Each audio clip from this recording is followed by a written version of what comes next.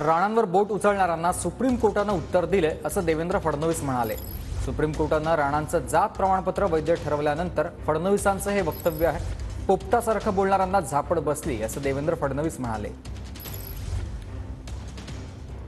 आमच्या नवनीत राणांवर जे लोक बोट उचलत होते त्यांना आज सुप्रीम कोर्टाने जबाब दिलाय।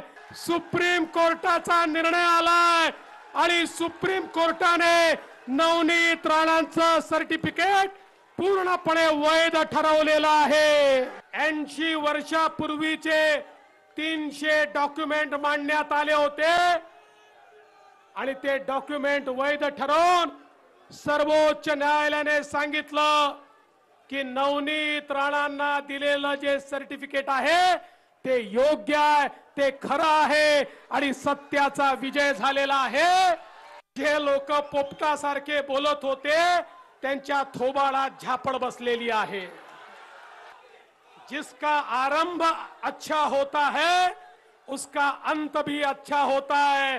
अरे फॉर्म भरायच्या दिवशी सुप्रीम कोर्टाचा आशीर्वाद मिळाला आणि काउंटिंगच्या दिवशी जनतेचा आणि मोदी साहेबांचा आशीर्वाद मिळून नवनीत राणा प्रचंड मताने या ठिकाणी खासदार होणार आहेत। याबद्दल आता कोणाच्या मनामध्ये शंका नाही।